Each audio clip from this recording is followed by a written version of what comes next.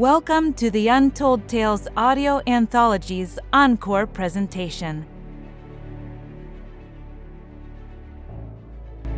Written by Dr. Jeffrey A. Robinson and narrated by Melissa Del Toro Schaffner. Mind Games. Michael sat in an auditorium full of other students, waiting for the professors who would tell them about the clinical study that had been advertised on flyers in the student union. He studied those around him, but didn't recognize anyone. Neither did he see any other graduate students in the crowd. Only undergrads had come. Michael felt out of place.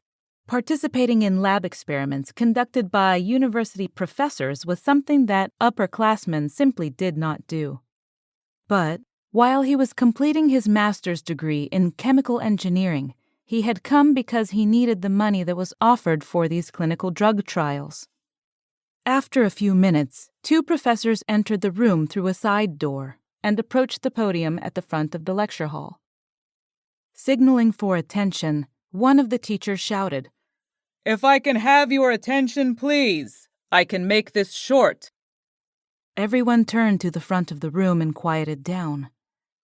When the noise settled down, the taller professor with glasses said, "My name is Dr. Daniel Sorensen, and I'm the Dean of Neurology here at the Medical College. My colleague here is Dr. Eric Prentice, and he heads up the genetics lab. Since you're here, I'll assume you've come in response to the notices posted around campus, soliciting participants for a new research project, which begins in 1 week. Our study is designed to examine the physical, chemical, and genetic origins of schizophrenia. As part of the grant, we're seeking test subjects from the student population and will accept up to 6 dozen candidates. The grant pays a small stipend to the participants, but we need to conduct a medical history pre-screening of all applicants before the research begins. Only a small portion of those who apply will be accepted, so we're trying to get as many people to sign up as possible. As part of the study, everyone who is accepted will take part in the testing of an experimental drug and undergo observation for a 2 or 3 day period. The grant pays $150 for each day in the program." A murmur of approval swept across the assembled students. Dr. Sorensen held up a stack of forms in one hand and waved them at the assembled crowd. "If you're interested in earning some extra money, fill out one of these questionnaires and we'll contact you by the end of the week." As he dropped the stack of forms on the desk in the front of the room, the mob rushed forward and surrounded the desk, scrambling for the forms. Michael waited for the frenzy to subside, leaving it to fate to see if he should apply or not. As the last of the crowd backed away, he saw that a few unclaimed applications remained. Hesitantly, Michael took one and scanned the questions. "With my medical background, they probably won't take me," he thought, "but I need the money." Taking a pen from his pocket, he took an empty seat in the front row and began filling out the questionnaire. Several days later, Michael lay on a hospital bed. He struggled, but was strapped down. The other hospital staff had told him this was required because, in very rare cases, some patients experienced mild seizures in response to the medications being administered. "I shouldn't have lied on the questionnaire," he thought. "Something bad is going to happen. I know it." One of the questions on the application for the clinical study had asked whether he had even experienced incidents of schizophrenia. Michael needed the money, so he had lied and said no. The truth, however, was that ever since he had been a young boy, Michael had taken a drug called nitroxyl because he had a condition known as Landau's syndrome. Without that medicine, Michael always heard voices, whispers that were too indistinct to understand. As a child, he had overheard his doctors tell his parents that, before nitroxyl was marketed, those with the disorder sometimes went insane. However, the medication worked quite well for him, and since he'd started taking it since the age of 10, the voices that had plagued him earlier had remained quiet. Dr. Daniel Sorensen and Dr. Eric Prentice stood at the other end of the room talking to one another. Listening, Michael could barely make out their words. Prentice held a clipboard and was reporting something to Sorensen. "So far," said Dr. Prentice, "all the tests are proceeding as expected. Of the 80 subjects treated so far with prilazine, only 9 have manifested the side effects of schizophrenia. Those subjects report hearing voices, and some are exhibiting signs of dissociative stress. Most are quite distracted, and we've had to restrain several until the drug wears off." "Good. Let's keep processing applicants until we have about a dozen for the first phase of the study. Have you conducted any of the post-test MRI scans yet?" asked Sorensen. "Now that we can consistently trigger the condition, I want to look for patterns of brain activity that reveal the physiology of their brains." "Well," said Prentice, flipping through the summaries, "the 9 subjects who've experienced signs of chemically induced schizophrenia all show increased activity of the frontal lobe, similar to those suffering from a genetic defect called Landau syndrome." "Landau syndrome?" asked Sorensen. "That sounds familiar." "It should," replied Dr. Prentice. "It's a well-documented, albeit rare, genetic disorder with a strong predisposition for schizophrenia. It only occurs in about 1 of 10,000 people, and is one of the few known genetic causes of schizophrenia, where subjects constantly hear voices. It's been determined that they have a defective allele that naturally produces the very drug we are administering, prilazine." "Oh, yes, I remember you providing me briefs on that genetic condition." "Well, I'm the geneticist, you're the physiologist. Anyway, those 9 subjects all had normal brain scans before taking prilazine, but heightened forebrain activity afterwards. That's when they reported hearing voices and start experiencing distress. That's consistent with the earlier FDA trials of this drug, prilazine. The pharmaceutical company that developed it had hoped to market it as a memory-enhancing drug, but they had to remove it from consideration for market release when about 10% of patients reported signs of schizophrenia, specifically that of hearing voices. It's one of 3 drugs we are scheduled to use to test to see if we can chemically induce schizophrenia and examine the changes that occur in the brain when they do." "Exactly," replied Dr. Sorensen. "That might indicate that it is a specific genetic defect that causes Landau syndrome. That gene might naturally produce prilazine in the body, and thus induce the symptoms we've noted." Dr. Prentice said, "Right, and the MRI scans have confirmed the chemical component that would definitively explain the genetic basis for some kinds of schizophrenia. Unfortunately, Daniel, we have a problem. Look at this." Dr. Sorensen took the printout Prentice offered and examined it. "What's so special about this?" "It's just like all the other subjects responding to prilazine. The frontal lobe is atypically hyperactive." "Right, but this MRI isn't from a subject after the prilazine treatments. This is the scan of a test subject before he took the drug." Sorensen re-examined the chart. "But that would mean—" "Exactly," said Prentice. "This subject already suffers from Landau syndrome, and the drug could significantly increase the severity of that condition." Prentice turned and looked over at Michael, who cringed at the doctor's glare. "The student apparently lied about his medical background, and we've inadvertently admitted someone into the study who already suffers from the disorder." Dr. Sorensen handed the MRI printout back to Prentice and said, "Well, it would be too risky to administer prilazine to him. God knows what the drug would do to him. Drop him from the study."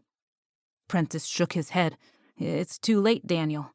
There was a delay processing the pre-test MRI reports, and I didn't get them until he'd already been administered prilazine.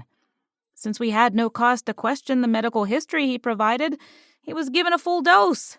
He's already built up therapeutic levels of the neurotransmitter in his bloodstream, and it could potentially stimulate his frontal lobe even more than it has been already." Sighing angrily, Sorensen said, "All right, where is he? We might as well conduct the post-treatment scans to see what effect the drug has on him. If he suffers permanent brain damage, though, it's his own fault." After all, he falsified his application. What's the subject's name? Reading the name from the MRI report, Prentice replied, Cole. Michael Cole. Prentice pointed at the bed where Michael was restrained. Dr. Sorensen faced him and scowled. Michael closed his eyes and fought back against the barrage of voices that assaulted him. It was far worse than anything he'd ever experienced as a boy. Oh my God, he thought. What have I done? Michael struggled as orderlies rolled him down a hallway to the scanning room, but the straps that restrained him were strong and secure. Doctors Sorensen and Prentice walked alongside him and spoke about him as if he weren't there. If his frontal lobe was already hyperactive, what effect do you think the prilazine will have on him? Asked Prentice. It's hard to say, said Sorensen. A cascade effect could occur, and he could go experience seizures. Then again, if there's a corresponding increase in subdermal blood flow, he could even conceivably develop an aneurysm.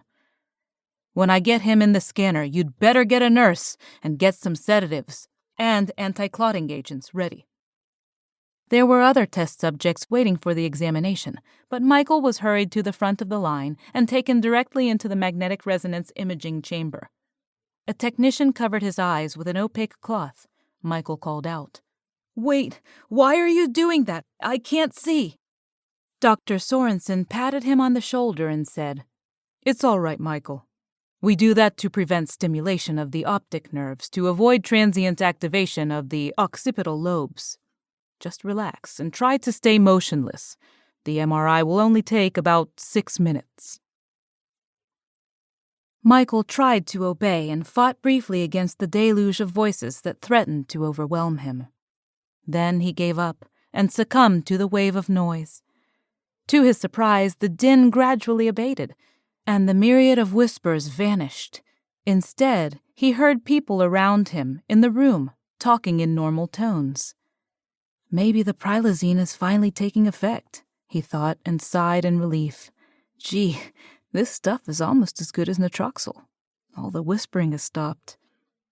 Indeed, the only voices he heard now were those of nearby nurses and doctors. He relaxed and let his arms and legs go limp until he felt like he was floating. The straps on the gurney didn't seem nearly as tight as when he had been all tensed up. On the other side of the room, Dr. Sorensen was muttering softly to himself. Damn, I hope this kid doesn't die on me. All I need is a lawsuit on my hands. This grant was hard enough to get, and I don't need any of these kinds of complications. I suppose I'd better start documenting everything that's happened in case he does have seizures, convulsions, or a stroke. It's all right, Dr. Sorensen. I won't sue you. I just needed the money, and I thought I could make a little by participating in this study. What did you say? Asked Sorensen. I said I wasn't going to sue you. I realize I shouldn't have lied about my medical condition. I didn't mean to cause any trouble. Whoever said anything about suing? You did, Michael answered. You were just talking about it. No, I wasn't, replied the doctor. I've been here alone and wasn't saying anything. Michael listened to all the other voices. That's ridiculous. I can hear everyone else in the room. Michael, there's no one here but you and me. But they're right here. I can hear them all. I assure you we're alone in here. He paused and then added, He's hallucinating. No, I'm not hallucinating. I can hear you as clear as a bell. I didn't say you were, Michael. Yes, you did. Stop playing mind games with me. I tell you I'm perfectly all right and I'm not going to sue. This is incredible, said Sorensen clearly. This can't be happening. Michael heard the doctor walk over to the gurney and say, Michael, can you hear me now? Yes, you're standing right next to me. I'm not deaf. The cloth covering Michael's eyes was pulled off, and he blinked up at Dr. Sorensen's face. While still beneath the MRI scanner and still strapped down, he looked up at the doctor who had a troubled look on his face. I believe you, Michael. said Sorensen. "As unusual as it seems, I really do believe you can hear me." "So what's so unusual about that?" said Michael, as he focused on the doctor's face.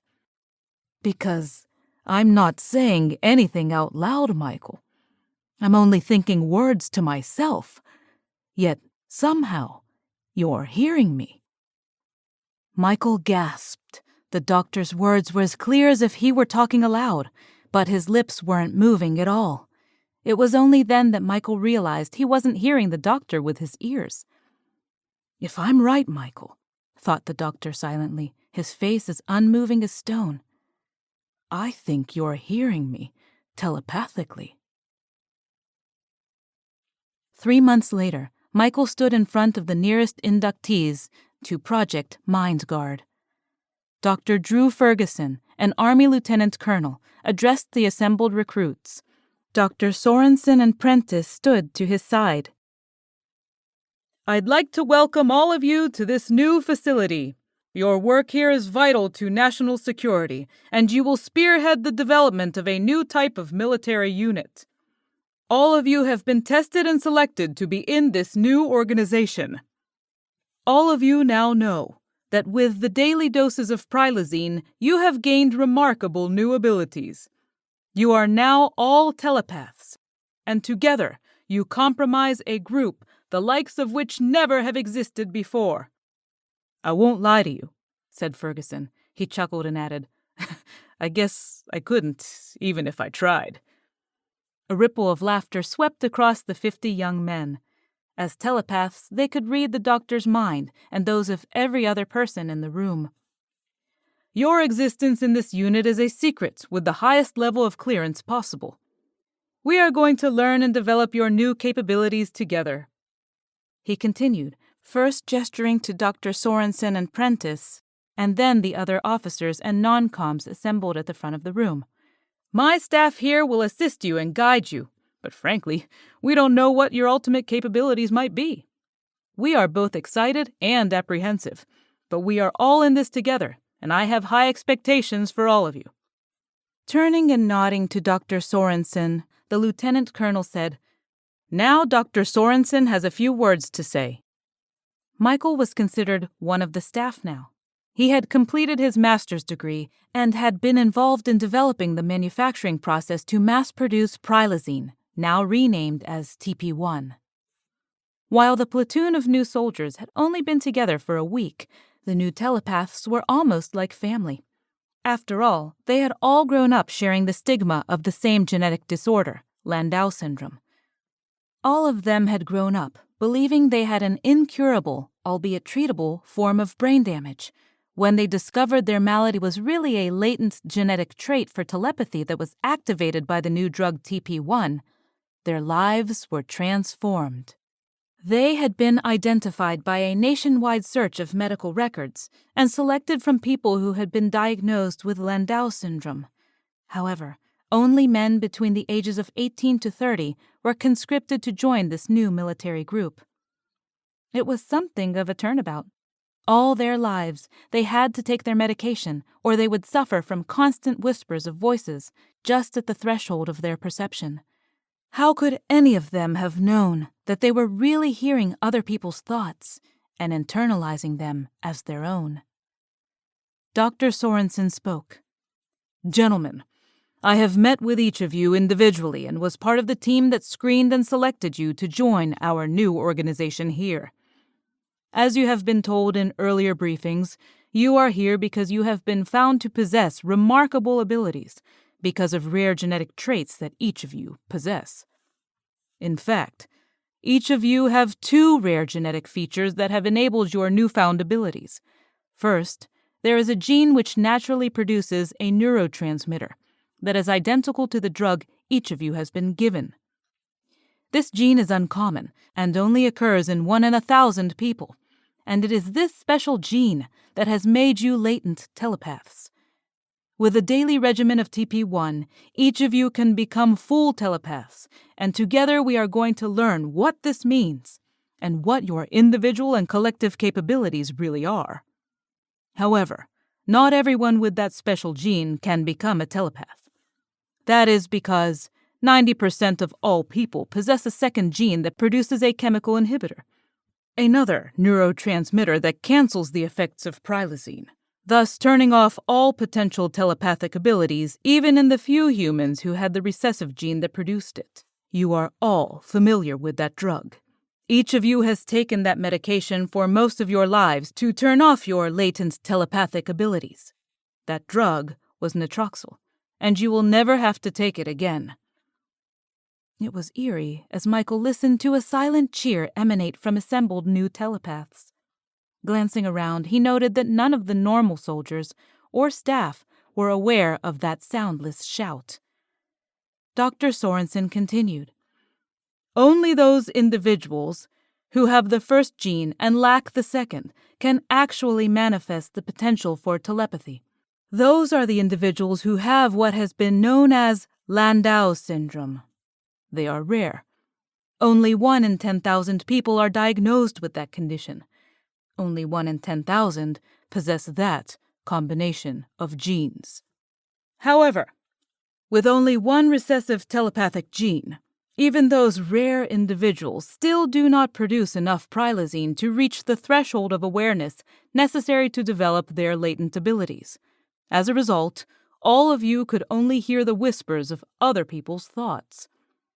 The medication that you have, and will continue to receive, will increase the therapeutic levels of the prilosine, TP1, in your systems, so that you can all become full telepaths.